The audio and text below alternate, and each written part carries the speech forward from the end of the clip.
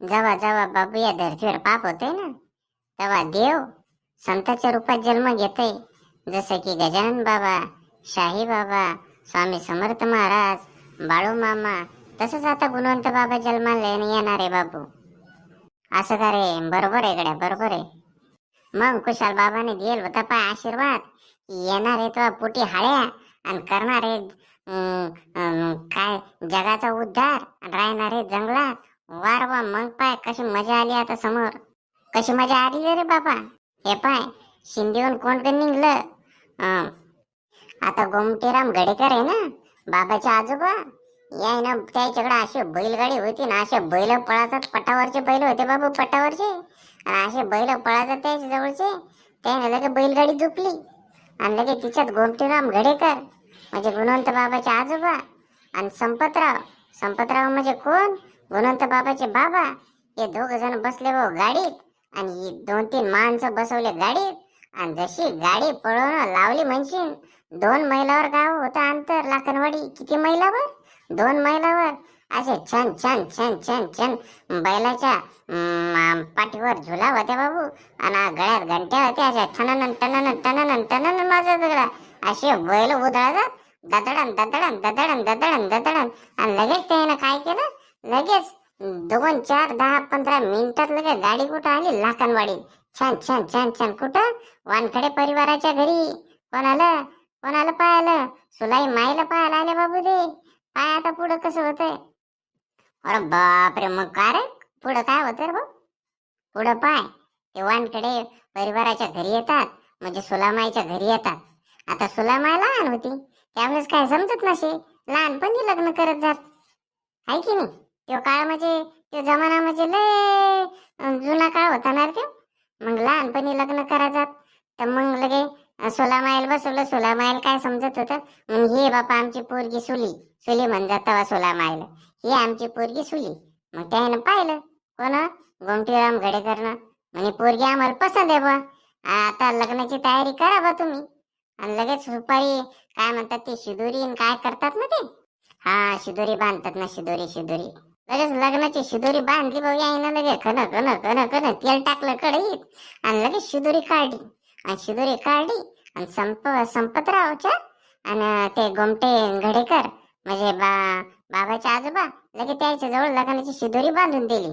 म्हणजे सोयरी पक्की झाली. आता आहे बाबू लग्नाची तयारी. लग्न धरलं बाबा येणारी 8 दिवसाला. आणि मग पाय तू आता लग्नाचा गाजा पाय तू. कसा नवरदेव राहते तर भाऊ, कसं रे भाऊ, कसा नवरदेव राहते. ये पाय ते शिदोरी घेऊन गेले पाय घरी. आणि घरी घेऊन गेले शिदोरी. तिथं वाटली की बापा सोयरी पोरगी पक्की झाली. पोरीचं नाव सुलाई आहे. आणि मग काय बापा, इकडं लग्नाची तयारी, तिकडं लग्नाची तयारी. शिवराम मामा मोठा होता सुलाई मावून. शिवराम मामा इकडे तिकडं लगे लोकायला सांगणं सुरू केलं घनघोताळ की बाबा सोयरीक झाली. आता 8 दिवसांनी लग्न आहे. 8 दिवसांनी पाहुणे रावणाळे पत्रिका दिल्या. तेव्हा पत्रिका पायंदळी देत होते बाबू. किती दूर असलं तर पायंदळी जाणं लागत आहे. हो, अवघड आहे तेव्हा, खरंच पायंदळी जाणं लागत आहे. एसट्या कमी होत्या तेव्हा, मोटरसायकल तर लगेच नव्हत्या तेव्हा. सांगोवांगे अशा पत्रिका दिल्या बाबा. आणि इकडे लगे हळदीचा कार्यक्रम सुरू झाला. तिकडे बी हळदीचा कार्यक्रम सुरू झाला. आणि काय डफडे वाजवत, ते जुने डफडे माहिती का? डांग डांग डांग डांग डांग डांग डांग डांग डांग डांग डांग असे हावगडे जुने डफडे होते तेव्हा. आणि आपसे डफडे वा डांग डांग डांग डांग चिक डांग डांग डांग डांग डांग डांग चिक डांग डांग डांग डांग डांग डांग चिक डांग. अरे लयच मस्त आवाज याच्याकडे त्या डपड्याचा, खरी गोष्ट आहे. आणि मग काय बाबा हळदीचा कार्यक्रम. आणि काय बाबा तो हळदीचा थाट. इकडं बी हळदीचं वातावरण डांग, इकडं बी डपडं वाजत आहे. लाखनवाडी डांग डांग डांग डांग डांग डांग चिक. लगे सिंधीत बी वाजत आहे. सिंधी सोमट्याण्यात बी डपडं वाजत आहे. डांग डांग डांग डांग डांग डांग चिक. आणि असं करता करता करता भाऊ नानमुख झालं भाऊ तिथं. कुठं? सिंधी सोमट्याला. आणि दुसऱ्या दिवशी लगेच त्यानं गाड्या काढल्या 10 वाजता, बैलगाड्या. अशा बैलगाड्या होत्या. लग्न असन कम से कम 20-25 तर बैलगाड्या काढल्या तिथून. आणि लगे त्या झुलान गिल्यान घंट्यान गिंट्यान एकामागे एका रांगत गाड्यान. असे पट्टावरचे बैल त्या गावातले असे पळातात धड धड धड धड धड धड. आणि लगेच लग्न आलं भाऊ. आणि लग्न आलं आणि त्या गावाच्या पलीकडचा आंबा नाही का तिकडं, तर तिकडे एक आंबराई होती. त्या आंबराईत लग्न थांबलं. बैलगाड्या गिड्या आणल्या मस्त आमराईत लोक थांबले. आणि मग 4 वाजे लोक त्याला काय देतात रे ते शेवाळ्या शेवाळ्या आणून दिल्या मस्त. शेवाळ्या गिवाळ्या मग होबास गिबास लागली. आणि मग लगेच 5-6 वाजता बाबूशा लगेच लग्नाची तयारी झाली. लग्नाची तयारी झाली लगे अं, शुभमंगल सावधान लगे लग्न लागून गेलं भाऊ. अरे बाप रे लग्न लागलं आणि मग काय तो गाजा वाजा. तेव्हा फोटो गिटो नव्हते बरं भाऊ. पण हेच एकूण एका पाहुणे एकूण एकाला भेटायच्यात गप्पा गोष्टी करायच्यात. आणि बंदे धोतरावाले टोप्यावाले पटक्यावाले डवळे पटक राहतात नुसते त्योच गणवेशच राहते द्यायचा. लग्न कार्य असले की बंदे डवळे म्हातारे डवळं धोतरन डवळं शर्टन.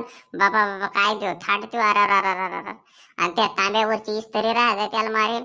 अरे अशी मजा आहे. आणि लगे त्याचं पानं खाणं एकूण एकाला गप्पा मारणं तंबाखू चोळणं. अरे वा रे वा. असं त्या भेटी गाठी घेतल्या आणि लगेच लग्न निघलं पाय वापस. आणि जसं वापस लग्न निघलं झा झा झा झा नंदी नंदी असे काय म्हणतात तरी ते बैल अच्छा झुला आणि त्याच्या छनन छनन छनन छनन छनन छनन छनन छनन असं करत करत ते आले शिंदे सोमट्याने. मग शिंदे सोमट्याने आणलं सुलाई मायलं. आणि मग काय भाऊ मग झालं लग्न. मग सुलाईमा आली तर कुठं शिंदे सोमट्याण्यामध्ये. मग शिंदे सोमट्यानं सुलाईमा आली बाप्पा नवी नवरी. तिला कोणी बोलत नव्हतं. सुलाईमा आता सर्वात लहान होती. कारण की इकडे पाय सदू मुकिंदा आणि देवमन यायचे लग्न होईल होते. आणि हे गुन्हा संपत पितावून मोठाले होते. म्हणजे सुलाईमाई सर्वात लहान झाली. मग सुलाईमाईचा काय तिथं लाडच. नवीन नवरी आहे बापा काय काम नाही काय नाही मस्त तिथं स्वयंपाक गिपाक करणं वावरात जाणं सडा सावरा सारवण करणं. आणि सुलाईमाई तिच्यात परफेक्ट होती. आणि रोज पायटच उठणं सडा सारवण करणं मस्त भाकरी थापायच्या.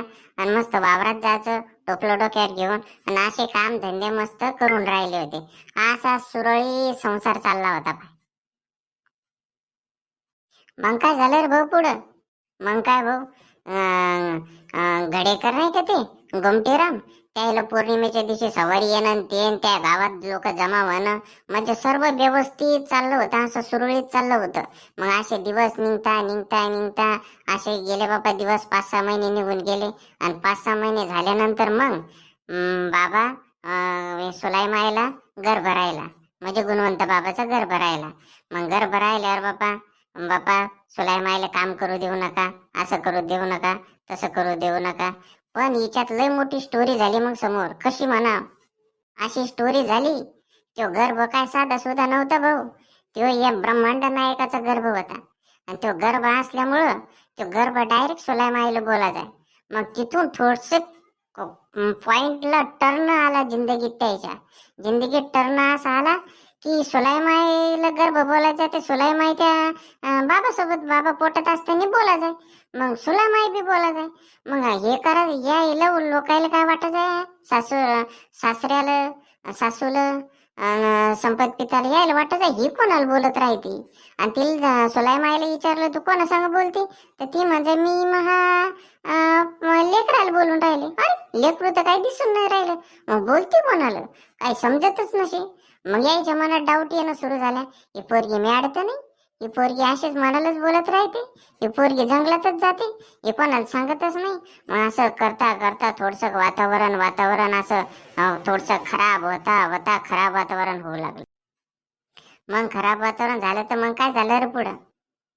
मग ते काय म्हणत संपतराव म्हणजे गुणाबाबाचे वडील काय म्हणे बापा हिला दिवस आहे हे रातच्या बेराच्या उठती आणि इकडे जंगलात जाती कधी कोणाला सांगून जात नाही. तर असं करू हिला माहेरला नेऊन घालू लाखनवाडीला नेऊन घातलं तर जरा बरं होईन बा. म्हणून त्यानं सुलाईमाईला काय केलं लाखनवाडीला आणून घातलं. मग काय झालं भाऊ पुढं. मग सुलाईमाई इकडे आल्यावर कुशाल बाबाच्या दर्शनाला जात होती. बाबा मा पोटात जसं बाळ आहे बरं याला चांगलं मला बाळ जन्माला येऊ द्या हो बाबा चांगलं बाळ जन्माला येऊ द्या हो बाबा. मग असं म्हणत आहे. मग म्या नव्हतं का म्हणलं की कुशाल बाबा एकदा बडबडले होते की तुहा पोटी हाळेन हाळ्या आणि राहीन जंगलात आणि जंगलातून चालवणं जग. आणि त्या हळ्याचा टाइम आता आला होता. आता हळ्याचा 1-1.5 महिना या धर्तीवर येणार होता हळ्या. म्हणून एवढे फुलं माळ, एवढे फुलं, एवढे सुगंध, आणि त्या गावात असं पिकलं, असं रान पिकलं, असं लोकायला कापूस झाला, असं लोकायला कंस झाल्या, ज्वाऱ्या झाल्या, अरारारारारा, असा माल येऊ लागला त्या गावात. ते लोक म्हणतात की असं कधीच नाही होत. जिथं जिथं वावरात 5 किलो ज्वारी व्हायची 10 किलो झाली. एवढं असं कस काय पिकूनच कस काय राहिले रान. असे लोक बंधे एकदम तंदुरुस्त एकदम असा माल झाला त्या वर्षी लोकांना. लोक म्हणतात की अरे बाप्पा असा मालच कस काय झाला, असं मालच कस काय झाला. असं करता करता करता तो दिवस आला. पाय त्या दिवसाचं नाव सांगतो, दिवसाची तारीख सांगतो, आता ध्यानात ठेवतो. 19 सप्टेंबर 1933. हा, 19 सप्टेंबर 1933. ढगाळ वातावरण, असं चुंब पाण्यानं भरेल, असं आभाळ आलं काळ भोर. पाणी का असा असा पडायला लागला, सुरुवात झाली दन दन दन दन दन दन दन दन. और पाणी का थांबायचं नाव घेणं, कारण की पाणी बी स्वागत करू लागला बाबाचं. नद्या नाले असे तुंब भरून चालले. अशी धरती अशी भरली होती त्या टायमाला. बाबाचा जन्म व्हायचा होता तर अरे असं दणानून गेलं होतं. इजा इजा असा इजाचा आवाज यायचा. अरे बापरे, असं हे करतात ना पक्षी, जनावर, ढोर, वासर अशा हंबारडा पडायचं. अरे बापा बापा बापा बापा, असं काम माझं की असं होऊनच कस काय राहिलं, असं कस काय कायच होऊन राहिलं. आबाळ गडगड गडगड गडगड करत पाणी यायचा बरणाचा. अरे बापरे, अरे तू काय सांगू, असं आभाळ, पाणी, पाऊस. आणि बाबाचा जन्म झाला ना भाऊ 19 सप्टेंबर 1933 सालाला बाबा जन्माला आले बाबा.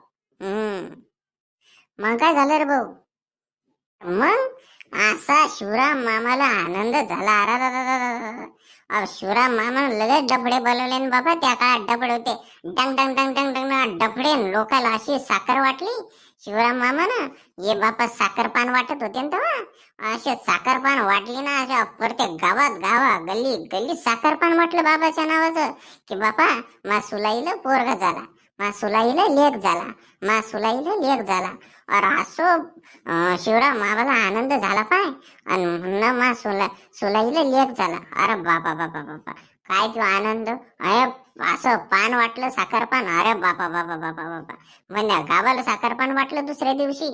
आणि मग काय भाऊ, दुसऱ्या दिवशी साखर पान वाटलं, मग तिथं भजन ठेवले आणि लय त्याने जल्लोष केला त्या टायमाला.